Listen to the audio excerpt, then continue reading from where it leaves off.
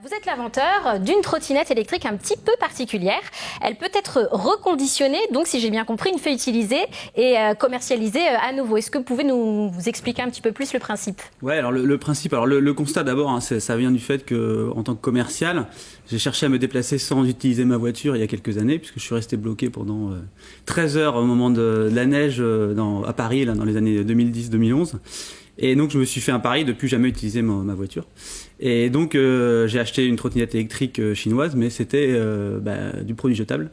Et donc j'ai décidé de me lancer dans un système un peu différent, basé sur le précepte de rupture, en créant une trottinette française en circuit court, avec des matériaux recyclables et assemblée par des personnes handicapées. D'accord, très bien. Alors en gros, pour bien comprendre le principe, je l'utilise pendant à peu près 2 ans, hein, c'est la période.